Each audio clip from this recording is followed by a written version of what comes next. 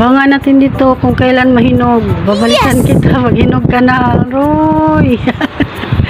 Aroy. May bunga siya. 3. Ayun. 3. Maliit pa yung isa. Yung isa ito. Malaki-laki na. Laki-laki na siya. Ito. Talaga naman. Hindi kinaya ng plastic. Nagpapakita sa akin. Yan ka. Batay ka. Dito yan sa client, guys.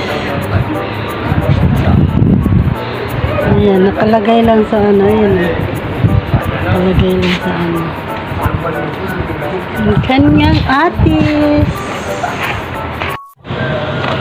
Habang nag-aantay ng driver, ito ako sa labas ng aming client.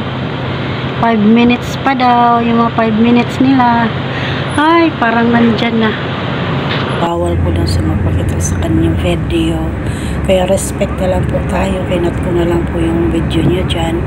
Kaya ayan, eto na, nandito na nakapapunta kami sa isa pang client. Bilis gumabi.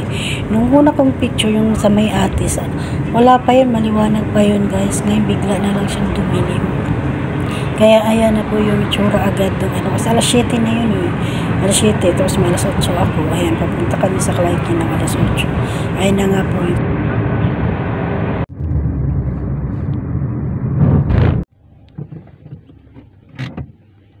Hi! Kung napapansin nyo guys, putol na po yung video doon kasi pumasok na kami. Bibit-bitin ko pa yung sarir, yung ano ba, yung bed, tapos yung bag pa. Kaya medyo mahirap, may kalayuan po yung babaybayin namin, huloy nila.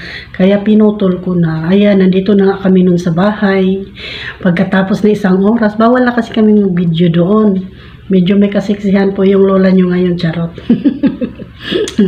Ayun nga po, ayun, nandun na kami. 1 oras po kami doon magmamassage. Tapos, ayun na. Minsan, di ko pa naman inaabot ng 1 oras pagka okay naman. Basta, ganun yung trabaho namin.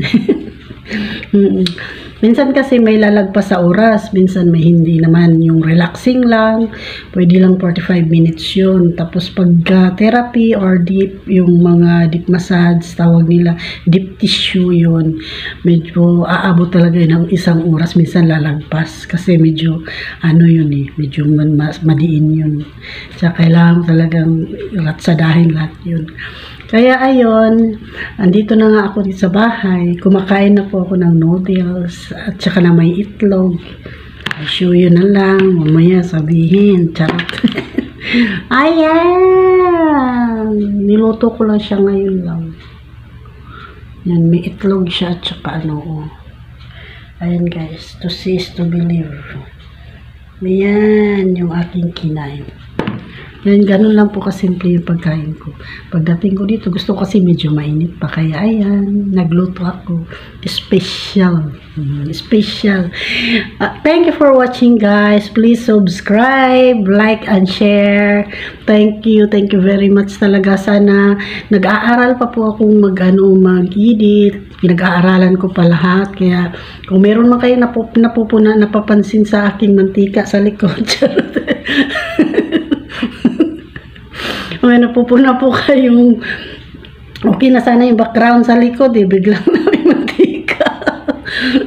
Hindi kong napapansin nyo po yung mga videos ko, parang medyo may pagkamagulo pa siya, pero ayan mo, mapag-aaral, makikita mo later on na may mga pagbabago, may improvement. Kaya hayaan nyo lang, minsan yung mga gumagawa ng videos, hayaan nyo lang na medyo may mga palpak-palpak pa dyan para makita nyo ano yung mga kaibahan ng video noon at saka video ngayon. So diba, makikita nyo mga improvement, diba?